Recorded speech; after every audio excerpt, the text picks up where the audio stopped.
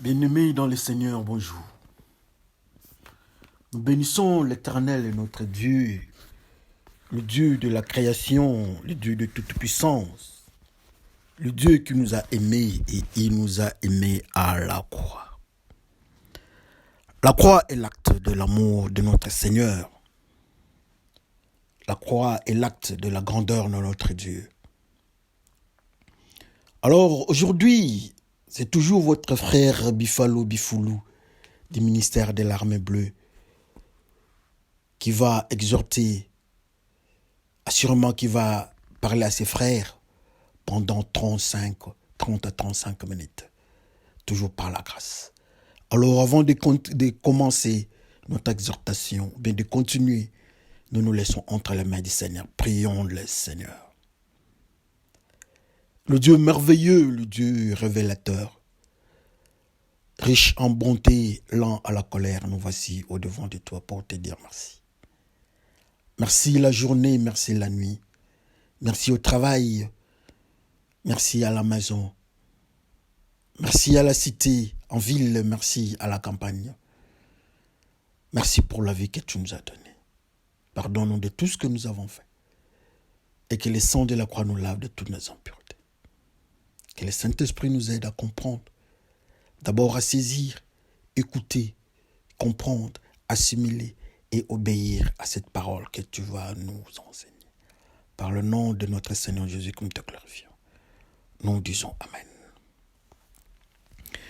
Bien-aimés dans le Seigneur, aujourd'hui, votre frère va parler, va faire une petite exhortation, comme j'ai dit, de 30 à 35 minutes. L'exhortation est intitulée « La délivrance de Nathanaël ». Alors, la délivrance de Nathanaël, nous avons 3 petits textes. Le premier texte, c'est dans Jean 1, 45e jusqu'au 51e verset. Évangile de Jean, à son 45e verset. Évangile de Jean, premier chapitre, son 45e verset jusqu'au 51e. Lisons par le nom de notre Seigneur Jésus-Christ. Philippe rencontra Nathanaël et lui dit, nous avons trouvé celui de qui Moïse a écrit dans la loi et dont les prophètes ont parlé, Jésus de Nazareth, fils de Joseph. Nathanaël lui dit, peut-il venir de Nazareth quelque chose de bon?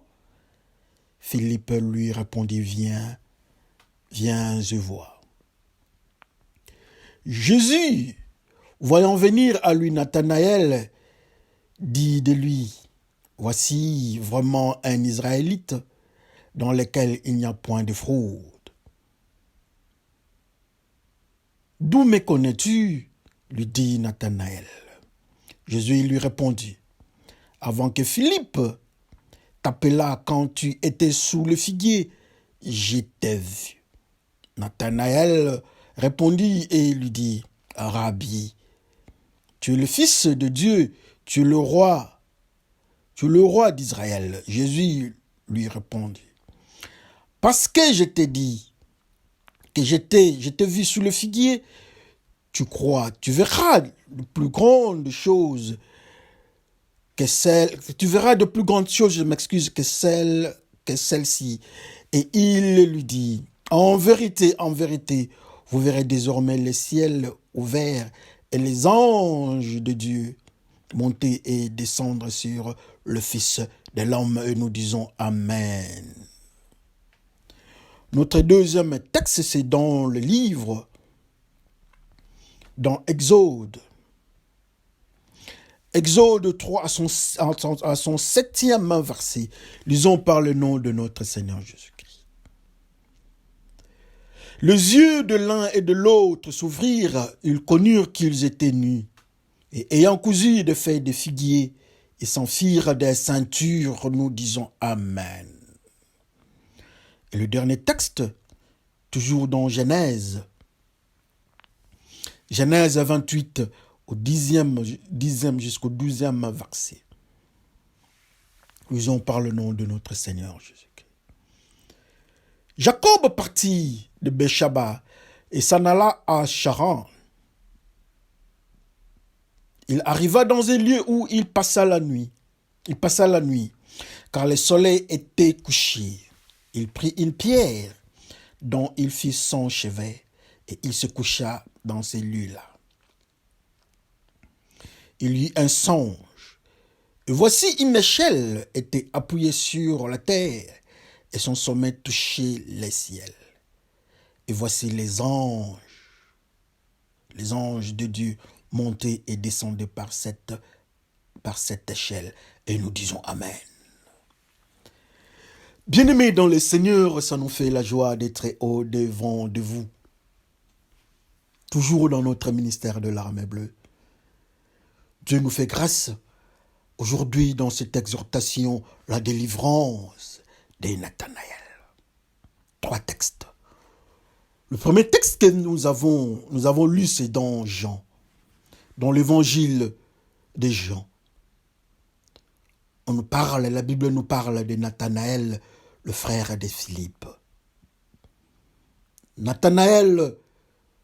Philippe est parti voir Nathanaël et lui dit, nous avons besoin de Dieu trouver le Messie. Le fils, qui est ce Messie? Le fils de Joseph et Marie. Nathanaël n'a pas tardé de répliquer et il répliqua. Sachant bien que Marie et Joseph habitaient cette zone, une zone que personne ne pouvait croire, ne pouvait accepter. Il dit, est-ce que quelque chose de bien pourrait sortir de là? Quel malheur, quelle déception pour cet homme. Quelle déception pour cet homme de Dieu. Mais il n'a pas su continuer. Il dira seulement, viens, je vois. C'est très malheureux. Quelque chose de bien peut sortir de Nazareth. Intéressant. Son frère n'a pas su répondre. Il dit, viens, vois, viens et vois. Ils arrivent tous deux en face de Jésus-Christ. Jésus-Christ regarde Nathanaël et dit, voilà, voici l'Israélite qui ne connaît pas de fraude. Et Nathanaël rétorqua et dit, ô Seigneur, d'où me connaissez-vous? Jésus-Christ dit, non, mais Nathanaël, je t'ai connu, je te connais bien. Même quand l'autre, ton frère, est venu, t'as vu là-bas sous le figuier, moi je te connaissais déjà. Quelle serait la surprise de cet homme dont la fraude n'a pas de trace en lui, dont Nathanaël. Il dit, ô Seigneur, donc c'est toi le roi d'Israël. Jésus-Christ dit, non, c'est comme ça avec les humains. Tu acceptes parce que tu m'as vu, parce que tu as entendu. Et sur moi, tu verras de grandes choses encore. En vérité, je vous l'ai dit, vous verrez des grandes choses. Vous verrez des grandes choses. Les anges, vous verrez les anges monter et descendre sur le Fils de l'homme. Très intéressant. Et moi, j'ai aimé ça. Beaucoup, j'ai aimé ça. À la fin, il dira, suivez-moi. Ils sont devenus disciples assurément de Jésus-Christ. Alors, le deuxième texte, c'est dans l'histoire d'Adam et Ève. Ève refuse de prendre le fruit de vie. Ève prend les fruits de la connaissance du bien et du mal. Subitement, le paramètre change. Il donne aussi à son mari, Adam, le paramètre change dans leur environnement. Ils se retrouvèrent nus. Ils fuient. Rapidement, ils cherchent le feuille de figuier pour combler le vide, pour remplacer ce que couvrait leur nudité. Et le feuille de figuier, a fait le bon travail. Alors le troisième texte que nous avons lu, c'est dans Toujours Genèse. Dans Genèse 28, on nous parle de Jacob, le frère d'Ésaü, l'enfant d'Isaac. Qu'est-ce qui se passe avec le frère? Dans son agitation, dans la difficulté, dans des troubles, il dit, je vais chercher Dieu. Il est seul dans un environnement moins rassurant. Il prend la pierre. Il met sous sa tête, à son chevet, il dort et il fait une vision. Dans cette vision-là, il voit une échelle dont le sommet se pointe et touche le ciel. Alors il voit un mouvement de haut en bas, de bas en haut, un mouvement des anges qui montaient, qui descendaient. Ça, c'est le troisième texte que nous venons de lire. Nous bénissons les dieux, notre Dieu. Nous bénissons le Seigneur, notre Dieu, pour ce temps merveilleux qu'il nous a accordé avec les trois textes que nous avons lus, dont l'intitulé de notre message est la délivrance de Nathanaël. Nathanaël, quelqu'un de bien. Jésus-Christ l'avait déjà vu. Nous allons commencer avec notre premier livre de la Bible, donc Exode. C'est Adam et Ève qui pêchent. Et tout change, le paramètre de leur vie change. Ils se retrouvent nus. La gloire de Dieu les quitte. Avec l'intelligence, sous l'impulsion du diable. L'environnement est devenu malsain. Ils regardèrent à côté, tous deux. Ils ont vu le figuier avec ses feuilles.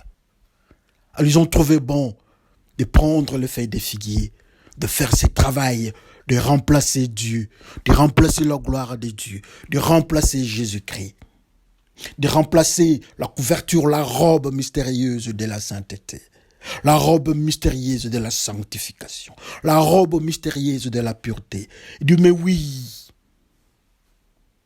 les feuilles de figuier peuvent faire du boulot.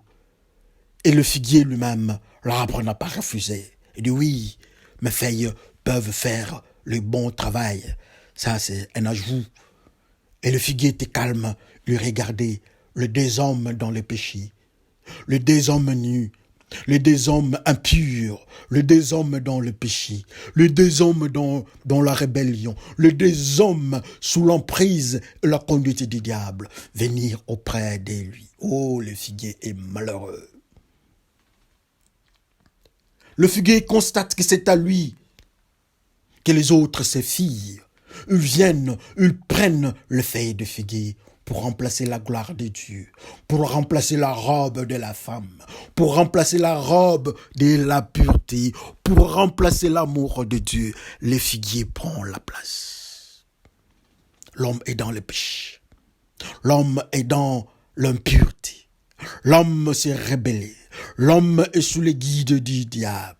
L'homme est sous la méchanceté. L'homme ne veut plus entendre quelqu'un, il se décide. Je prends contrôle de ma vie. Nous prenons contrôle de notre destinée. Et c'est le figuier qui sera notre couturier. Et la tenue qu'il va nous coudre s'appelle la feuille de figuier. Il se couvre de la feuille de figuier. Quel malheur! Ils se sont décidés de prendre cela. Et vous connaissez la suite. Dieu est dans la déception. Dieu est dans le pleur. Je ne sais pas quelle était la réaction. Quelle était la réaction à cet instant-là dans le jardin d'Éden? Il y avait la joie. En cet instant-là, les animaux ne pouvaient pas se faire du mal. Le lion pouvait habiter avec la chèvre, avec le mouton, avec l'antilope, guépard, sans le comportement carnivore. Les serpents n'étaient pas venimeux. Ils pouvaient rester ensemble et jouir de la joie dans les jardins d'Éden. Mais ma question, je me suis toujours opposé. Ça s'est passé comment quand l'homme et la femme avait péché. Il y a eu craquement, il y a eu tonnerre, il y a eu des cris de malheur, il y a eu tsunami, il y a eu tremblement de terre. Qu'est-ce qui s'était passé? Assurément, quelque chose s'était passé. Mais pas du bon côté, quel malheur. Ça, c'est Adam et Ève. C'est le travail du figuier. Le travail de feuille de figuier, c'est de prendre et de couvrir l'homme.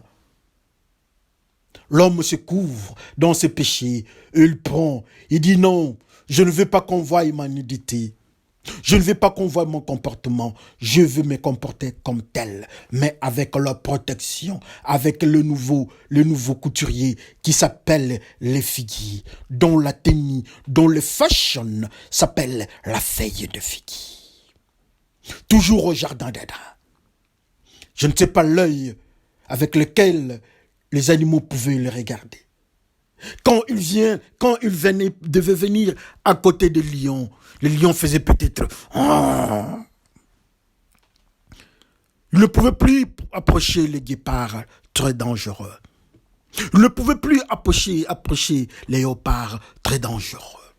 Mais ils se sont fiés à la feuille ou bien aux feuilles des figuiers. C'est ce que nous sommes en train de vivre aujourd'hui. Dans cet environnement du jardin d'Éden, la maison de Dieu, le jardin de Dieu, la gloire de Dieu est là. Mais quand on voit ceux qui sont là-bas, ils sont caractérisés par une certaine couture qui est appropriée à eux-mêmes. Et cette couture-là, c'est la feuille de figuier, dont le couturier est Adam et Ève. C'est comme ça que nos vies dans l'église se passent. Quand on regarde l'église, on nous dit que nous sommes les enfants de Dieu. Quand on regarde l'église avec la beauté de la croix devant, avec la chanson de la chorale à l'intérieur, on nous dit que ça c'est le jardin d'Éden. Mais quand Dieu vient lui-même, il constate que ceux qui sont là, les descendants d'Adam et Ève, ils se couvrent d'une certaine nouvelle tenue qui s'appelle la feuille de figuier. La tenue des péchés. La gloire de Dieu a quitté l'église de Dieu. La gloire de Dieu a quitté les descendants d'Adam et Ève. La gloire de Dieu a quitté la chorale de Dieu. La gloire de Dieu a quitté le pasteur, le berger, les anciens, le docteur de la loi, le prophète. Tous ont perdu la gloire de Dieu. Mais ils font un semblant avec la Bible à la main. Ils font un semblant de sainteté qui n'est que la feuille de figuier. Quel malheur! Comme nos ancêtres, Adam et Ève, comme la première, l'unique démonstration de la désobéissance de l'homme, en prenant la feuille de figuier à la place de la gloire de Dieu. C'est comme ça que nous nous comportons dans la maison de Dieu tous ces jours. Nous faisons semblant de la sainteté, de la sanctification, de vivre dans la pureté. Nous faisons semblant d'être dans le principe levite. Nous faisons semblant d'être appelés enfants de Dieu. Mais quand Dieu vient lui-même, il trouve qu'autour de nous, il y a la feuille de figuier. La robe de la gloire de Dieu est partie. Oh, quel malheur dans l'église de Dieu, avec le même comportement qu'Adam et Ève. Très intéressant, n'est-ce pas? Dieu aimant Jacob, il a haï Ésaü. Jacob habitait sous la tente et il était doux. Il a fait ce qu'il a fait, il a péché. Il est dans le désordre, il fuit son frère. Il veut se reposer. Il est fatigué, dans un milieu de désolation, menacé par ses propres péchés. Tu as trahi ton père, tu es un menteur. Tu as fait la volonté de ta mère. Tu es un menteur. Il ne pouvait plus tenir au devant de sa conscience. Sa conscience le menaçait. La loi de Dieu, le commandement de Dieu qui était dans son cœur, comme Dieu dit, j'ai mis mes commandements dans le cœur de Dieu. Dans le cœur de l'homme, je m'excuse. Ce commandement-là était un miroir au devant de Jacob. Quand il regardait ces miroirs-là, il ne voyait que la trahison, le mensonge. Il a menti. Il fuit en désordre. Il se repose, il dit, laisse-moi me reposer. La peur toujours, c'est le nom de son frère Ésaü. Il prend la pierre, il le met sur la tête, sous la tête, je m'excuse. Et voilà, subitement, il y a une vision. C'est l'échelle, avec un sommet au ciel, un mouvement angélique, de haut en bas, de bas en haut. L'homme pur est devenu impur, et dans le désordre, dans des menaces de péché. Il ne peut plus voir le commandement de Dieu, qui lui dit que tu as péché. Tu étais doux, tu étais rempli du Saint-Esprit, tu as péché, tu es menteur, tu as pris ce qu'est ton frère, tu as pris ce qui était à ton frère, tu as menti à ton père, Dieu ne peut pas te bénir. Mais l'amour de Dieu, comme Dieu l'aimait toujours, Dieu devait l'approcher. Et voilà, cet homme fait une vision d'une très grande importance. La tête sous la tête, il y a la pierre. Si nous prenons les deux principes, comme j'ai toujours dit, la tête, dans le livre d'Ésaïe, on nous dit que la tête représente ceux qui craignent, qui obéissent à Dieu, ceux qui respectent le commandement de Dieu. Et la queue, ce sont ceux qui sont dans la désobéissance, dans le péché.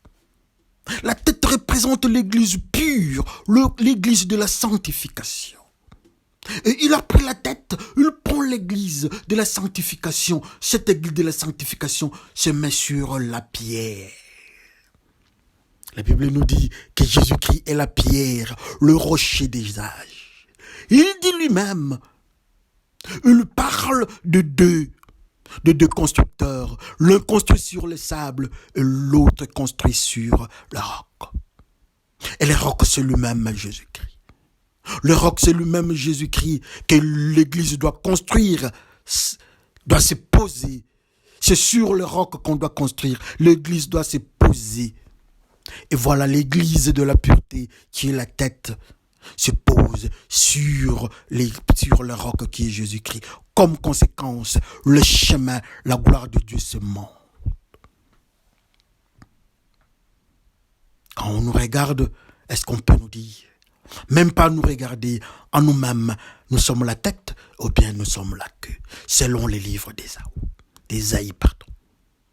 Quand nous nous regardons, nous sommes comme Jacob dans le péché du mensonge, ou bien nous sommes dans la vérité. Quand nous nous regardons, nous sommes dans le principe d'obéir au mensonge de la maman de Jacob, ou bien nous refusons d'accepter les péchés, d'accepter les mensonges. Le mensonge vient du diable. Souvenez-vous que la Bible nous dit que le diable est le père du mensonge. Mais notre frère Jacob a accepté le mensonge de sa mère. Notre frère Jacob est dans les difficultés maintenant. Mais l'amour de Dieu, l'amour de tous les jours, cherche à récupérer Jacob. L'amour de tous les jours, de notre Dieu. Le pardon de tous les jours. Dieu nous montre qu'il n'y aura que ceux qui seront sur Jésus-Christ. L'église pure. La tête seulement. La pureté seulement. Quand la pureté est sur Jésus-Christ, le ciel s'ouvre. Nous serons en contact avec Dieu. Quand la pureté a pour soubassement, pour fondation Jésus-Christ, nous voyons Dieu. Nous regardons dans le monde musulman.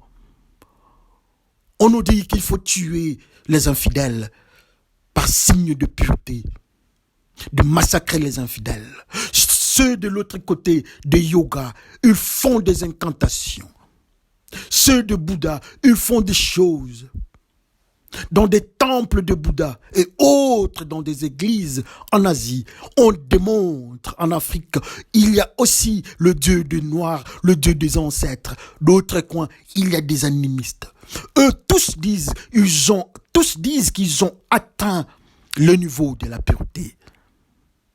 Laissez-moi rire, laissez-moi dire à ces frères-là que la pureté ne peut se confirmer, que la voie vers Dieu ne peut se confirmer que quand on a pour soubassement Jésus-Christ, le roc. Si vous pensez être pur dans l'islam, vous êtes à côté parce que l'islam ne reconnaît pas Jésus-Christ pour leur Seigneur et Sauveur. Quand vous êtes avec Bouddha, c'est Bouddha qui est le Seigneur, les chemins et la vie. C'est eux là-bas. Et il n'y a pas de Jésus-Christ chez les bouddhistes. Comme conséquence, le chemin vers Dieu est bloqué. Quand vous partez en Afrique, même les kimbanguistes maintenant, ils disent que le Saint-Esprit, c'est Diangenda ou je ne sais quoi là-bas. Et voilà, ils sont à côté. Ils ne sont pas assis sur les rocs. Quand vous partez encore chez les animistes, c'est le même principe. Le malheur est que tous sont la queue. Et jamais ils verront la gloire de Dieu. Jamais ils vont partir vers Dieu avec l'échelle qui s'appelle Jésus-Christ. Mais cet homme a eu la grâce de voir qu'au-devant de lui, il y avait un chemin. On lui montre cette vision-là que nous aujourd'hui, nous devons suivre. Cette vision-là, c'est la sanctification en Jésus-Christ. C'est l'église pure, l'église purifiée par le sang de l'agneau, avec pour base Jésus-Christ, avec pour base la crainte de Dieu, avec pour base la haine des péchés, avec pour base le Saint-Esprit. Et comme conséquence, nous verrons la gloire de Dieu. Nimrod, dans la tour de Babel, ils ont construit leur système de Babel. Avec la femme de Shinéar, dont la femme qui représentait l'iniquité, qui couvrait cette zone-là. Ils ont eu l'impulsion d'aller vers Dieu. Ils ont construit le mystère de Babel. Ils ont construit leurs bâtiments. Ils voulaient aller vers Dieu, mais ils n'ont pas connu Jésus-Christ. Comme conséquence, Dieu a détruit la tour. Comme conséquence, il y a eu la confusion des langages. Toujours aller vers Dieu. Nimrod a échoué. Le grand chasseur, le tueur Nimrod, qui ne donne jamais la vie, qui ne donne que la mort, Dieu le pousse à côté. Babel ou Babylone, Dieu repousse à côté, à cause du chemin qu'ils ont choisi pour aller vers Dieu. Mais le seul chemin, qui s'appelle l'échelle, qui est Jésus-Christ, est là à côté de nous, dans la sanctification, dans la crainte de Dieu, dans l'obéissance à la parole de Dieu, dans l'obéissance au commandement de Dieu. Nous serons dans le principe d'aller vers Dieu, n'est-ce pas, c'est merveilleux. Notre ami qui s'appelle Nathanaël, la Bible nous dit, Jésus-Christ, notre Seigneur, nous dit, c'est quelqu'un de pur. Il est pur, Nathanaël. Nathanaël est pur. Nathanaël n'a pas de fraude. Mais le malheur de Nathanaël, la difficulté de Nathanaël, il se retrouve sous le figuier. Le figuier que l'homme a laissé dans le jardin d'Éden, voilà le figuier se retrouve encore de l'autre côté de Jérusalem. Jésus qui dit non, qu'est-ce qui se passe? Il tourne, il regarde cet homme qui s'appelle Nathanaël. Nathanaël doute de Jésus-Christ. Nathanaël est en train de chercher celui qui doit délivrer le peuple de Dieu, celui qui doit être le roi du peuple de Dieu. On nous dit que non, le roi est là. Il dit non, jamais à Nazareth quelque chose de bien ne peut sortir de là. C'est Nathanaël qui dit ça. Quand il est venu au devant de Jésus-Christ, Jésus-Christ lui dit que Nathanaël, tu es quelqu'un de bien. On ne voit pas la fraude. Tu n'es pas comme Adam et Ève. Tu es pur. Tu es quelqu'un de bien. Dis, mais comment est-ce que tu me connais? Dis, mais oui, tu étais sous le figuier, Nathanaël. Je te vois, Nathanaël, tu étais sous le figuier. Mais ta place n'est pas sous le figuier. Ta place est d'être à côté de moi. Qu'est-ce que Nathanaël fait sous le figuier? Quelqu'un de pur, sous l'ombrage du figuier. Le figuier qui a remplacé la gloire de Jésus-Christ. Le figuier qui a remplacé la tenue de la pureté. Quand Adam et Ève étaient purs, jamais le figuier ne pouvait les approcher ou bien leur donner ses feuilles pour se couvrir. Quand ils étaient purs, leur ombrage n'était pas le figuier. Mais comment alors cet homme dont la Bible déclare être pur, sans fraude en lui, il se retrouve sous la protection, ou bien sous l'ombrage du figuier? Quelle est la mission du figuier à Jérusalem ou Israël? Quel malheur! Quelle est l'intention? Quelles sont les intentions du figuier, l'arbre, en face de cet homme, en face de cet enfant de Dieu, en face de cette église de Dieu, qui se présente comme Adam et Ève avant le péché? Il bloque, il a une mission encore. Il prend cet enfant de Dieu en otage. Il est sous son contrôle. Mais Jésus-Christ dit non. C'est quelqu'un de pur, Nathanaël. C'est quelqu'un qui craint Dieu. Tu n'as pas le droit, toi figuier, d'être à côté de lui. Parce que quand Adam et Ève étaient dans le péché, dans la sainteté, tu ne pouvais pas, tu ne les avais pas approchés. Alors comment toi, le figuier, tu peux approcher Nathanaël, l'homme sans fraude? Nathanaël, quitte le figuier et Nathanaël, suis-moi. C'est pour cela, nous parlons de la délivrance de Nathanaël. Quelqu'un qui vit dans la sanctification. Quelqu'un qui vit dans la sainteté, dans la crainte de Dieu, mais il est sous l'emprise d'un environnement de péché, ici appelé les figuiers. Il est sous les figuiers. Jésus qui dit non, tu dois quitter là-bas. Et il lui dit, suis-moi. Il lui dit, pardon, suis-moi. Il devient les disciples de Jésus-Christ. Dans son sanctification, dans la crainte de Dieu. Jésus-Christ lui dit, quitte le figuier. Suis-moi, Nathanaël. Sois avec moi. Tu verras de grandes choses. Toi, tu es dans la pureté. Souviens-toi, Nathanaël, Jacob avait fait une vision. Dans la vision de Jacob, il est écrit que la tête qui est ceux qui vivent dans la sainteté. La tête représente ceux qui vivent dans la pureté. Toi, tu vis dans la pureté. Il n'y a qu'une seule chose qui te manque pour voir la gloire de Dieu, pour voir le roi des rois. Il te manque une chose, c'est les rocs. Il te manque une chose, c'est le roc qui est Jésus-Christ. Il te manque une chose, tu vis dans la sainteté. Tu ne dois pas être ami, tu ne dois pas être à côté du figuier. Mais tu dois être à côté du roc, parce que toi tu vis la sainteté et le roc, il y a l'ouverture de la gloire de Dieu. Tu vis dans la sainteté, alors quitte le figuier. Tu vis dans la sainteté, alors sois mon disciple, moi le roc.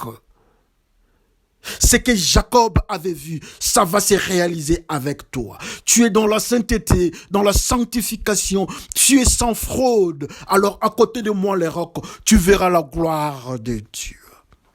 Nathanaël a accepté. Nathanaël est délivré des mains de cette méchanceté spirituelle qui s'appelle le figuier.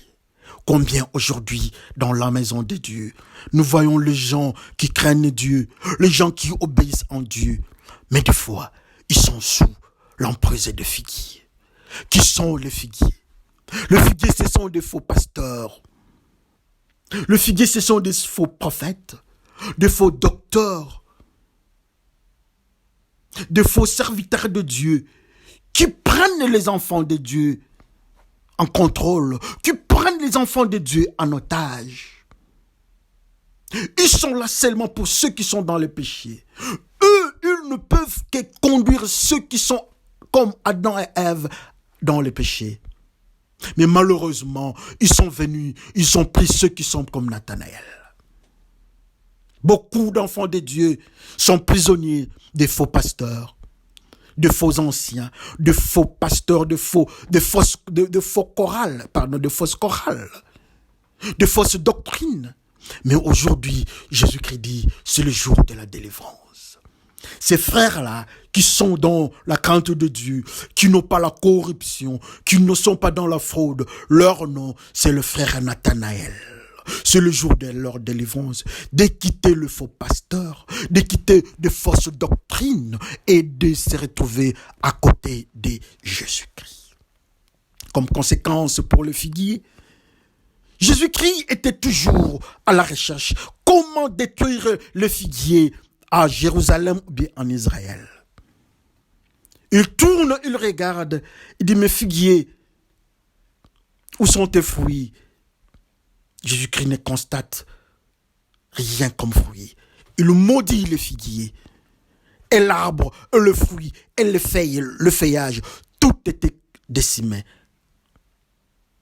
L'activité de cette puissance satanique dans la sainteté de Jérusalem, dans la sainteté d'Israël, le figuier est détruit. C'est comme le faux pasteur, c'est comme les anciens dans la méchanceté, c'est comme le faux serviteur qui sont en train de prendre les enfants de Dieu prisonniers, leur place. C'est la destruction, comme le Seigneur a maudit les figuiers. Tous ces anciens, tous ces faux pasteurs, les faux serviteurs de Dieu dans la maison de Dieu, ils vont connaître le même sort que les figuiers, leur père spirituel et les figuiers, qui étaient détruits par le Seigneur. Frères et sœurs dans la maison de Dieu, vous qui êtes le frère Nathanaël, souvenez-vous de la vision de votre frère Jacob qui était devenu Israël. Et il nous dit, venez, il n'y aura qu'une seule chose, c'est la tête plus le roc. Si vous êtes la tête, frère Nathanaël, cherchez les rocs. Le roc, c'est Jésus-Christ. Cherchez la crainte de Dieu. Jésus-Christ qui est la parole puissante et pure de Dieu. Si vous acceptez Jésus-Christ, vous obéissez Jésus-Christ, alors vous allez monter, alors vous irez dans la gloire de Dieu, alors vous irez dans la maison de Dieu, parce que c'est Jésus-Christ qui est l'échelle. Frères et sœurs, quand vous entendez cette parole, et que vous vous reconnaissez Nathanaël, et que vous vous retrouvez dans le principe de faux pasteur, la seule chose, c'est de quitter là-bas. Il n'y a pas que Nathanaël que Jésus-Christ avait délivré. Il y a aussi Lévi, qui était un publicain, quelqu'un qui manipulait l'argent. Et Lévi, sa place, était dans le principe de Lévite, de travailler pour Dieu, dans la sacrificature. Mais il s'est retrouvé dans le principe de prendre l'argent de Pilate, de César. Mais Jésus-Christ dit, Lévi, suis-moi. Jésus-Christ dit, Nathanaël, suis-moi. Et la troisième personne que Jésus-Christ est en train de chercher, c'est toi, mon frère. C'est la tête. C'est la tête, la pureté, la sanctification dans l'église. Jésus-Christ dit, frère choriste, suis-moi. Frère chanteur dans l'église, suis-moi. Frère pasteur, suis-moi. Frère prophète, suis-moi. Et quand tous nous les suivons, nous nous retrouverons sur le roc qui s'appelle Jésus-Christ. Nous aurons pour base Jésus-Christ. Quand le monde viendra, quand les attaques du diable viendront, nous qui sommes les enfants de Dieu, nous aurons notre solidité qui s'appelle Jésus-Christ. Nous aurons notre base, nous aurons notre renfort qui s'appelle Jésus-Christ. Et au moment opportun, nous tous tous, nous allons monter, l'échelle pour aller dans le royaume de Dieu. Nathanaël est délivré. Si tu entends cette parole et que tu te retrouves dans le principe de Nathanaël, laisse le faux pasteur, laisse le figuier, suis Jésus-Christ qui donne la vie, qui est l'échelle. Que le Seigneur vous bénisse et nous allons retrouver la fois prochaine. Mettons-nous dans la prière. Merci Seigneur, Dieu de gloire. Oui, nous sommes Nathanaël. Nous avons péché.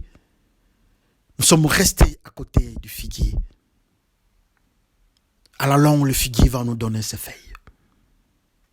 Ces feuilles-là, c'est seulement pour ceux qui sont dans le péché. Mais nous sommes Nathanaël.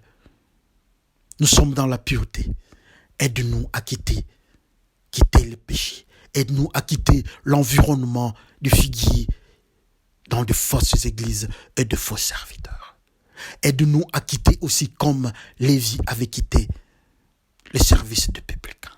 Merci pour ce que tu viens de nous enseigner. Et nous avons foi, Seigneur, que nous sommes la tête de l'église et toi, tu es le roc. Ensemble, Seigneur, nous allons monter pour vivre la gloire de Dieu. Merci pour ce temps merveilleux. Merci, Seigneur. Que le Seigneur vous bénisse tous. Et nous disons tous Amen. À la prochaine.